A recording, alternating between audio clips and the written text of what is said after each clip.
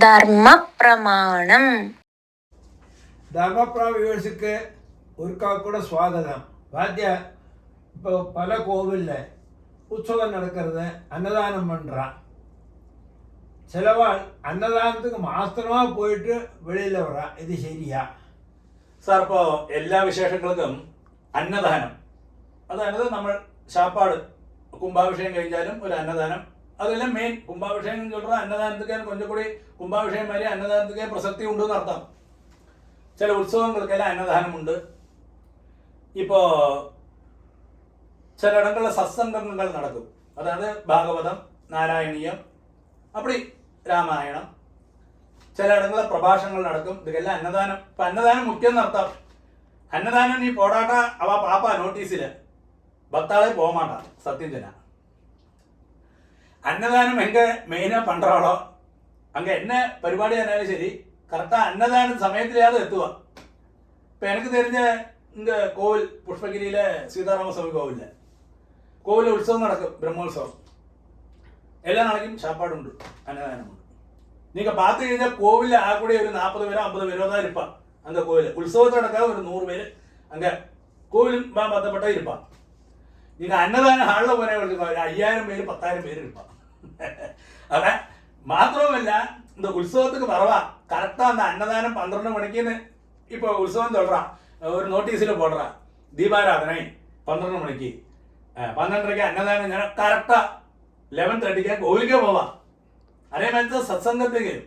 சத்சங்கம் சொல்கிறது இப்போ நாராயணியம், பாகவதம், அது இதெல்லாம் நடக்கிறது, பாராயணங்கள்லாம் இல்லை. பஜனை சொல்கிறா. ചിലവാ இங்கே பஜனோத்சவம் நடக்கிறதுனா சிலவா பேரே வச்சிருக்கிறது போஜனோத்சவம் ஆக்கும். கரெக்டாக அந்த காத்தால டிஃபனுக்கு என்ன டைமோ அதுக்கு அரை மணிக்கூர் முன்னாடி போய் உட்காந்துருப்பா. 2 மினிட் அதை எழுதி போய் சாப்பிட்டுட்டு அப்படியே போய் ஆற்று போயிடுவான். அதே மாதிரி வருவான். இப்படியெல்லாம் செய்கிறது ரொம்ப തെറ്റാன കാര്യമാക്കും. മാത്രവുമല്ല, എന്നോട് ഒരു അഭിപ്രായത്തിൽ ഞാൻ சொல்கிறேன், പശി ഉള്ളവനുക്കാക്കും അന്നദാനം பண்ணுறது. ആദ്യം നമുക്ക് സൗകര്യം இருக்காം. ഭഗവാനോട് പ്രസാദം ചൊല്ലിയിട്ട് അന്നദാനത്തെ சாப்பிடப்பாங்களே. இப்போ பகவானோட பிரசாதம் சொல்லி சாப்பிடலாம். எப்போ? கும்பாபிஷேகம் 12 வருஷத்துக்கு ஒருக்கா நடக்கும் இல்லையா கும்பாபிஷேகம். அந்த மாதிரி இடத்துல எல்லாம் அன்னதானத்துக்கு பிரസക്തി ഉണ്ട്. ഇപ്പോൾ ഉത്സവം അന്നയ്ക്ക് മാത്രമായിട്ട് അതൊരു ഭഗവാനോട് പ്രസാദമായിട്ട് നമുക്ക് ബാക്കി 10 നാളേക്കും അങ്ങ് പോയി ചാപ്പിടുന്നത് വസതി ഉള്ളതെന്ന് சொல்றது തെറ്റാന കാര്യമാക്കും.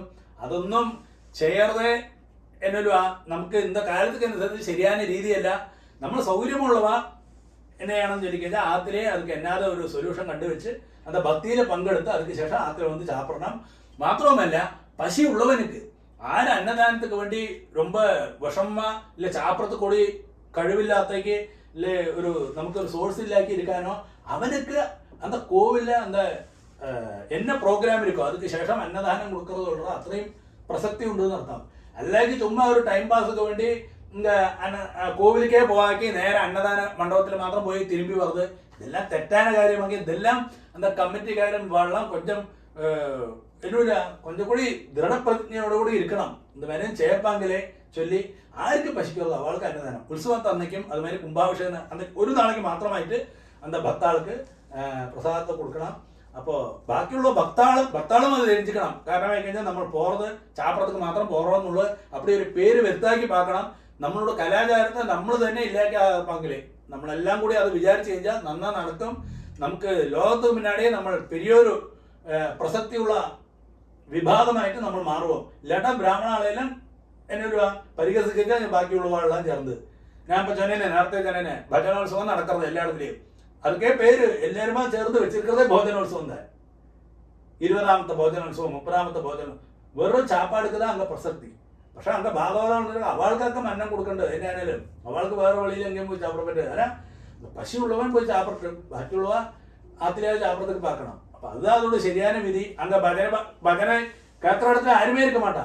ഞാൻ അങ്കെല്ലാം പൂങ്കുന്നത്തിലെല്ലാം നടക്കും ഭജനോത്സവം ചൊല്ലി, പാലക്കാട്ടിൽ നടക്കും. എല്ലാം പാക്കുന്ന സമയത്തിൽ എല്ലാം 20 പേരും 30 പേരും ഇപ്പം. അങ്ങനെ അങ്ങ് ചാപ്പിട സമയത്തിൽ പോയി പാക്കണം. അങ്ങ് ഒരു 2000-3000 പേര് ചാപ്പിടും. അതെല്ലാം തെറ്റായ കാര്യമൊക്കെ. ഇതെല്ലാം നമ്മളോട് அந்த கல்ச்சரே இல்லாக்க ஆகிறதுக்குள்ள இல்லை, சமூகத்தில் அதப்பதிக்கிறதுக்குள்ள ஒரு வழியாக்கும். அதெல்லாம் നമ്മൾ தான் கொஞ்சம் ശ്രദ്ധിക്കണം.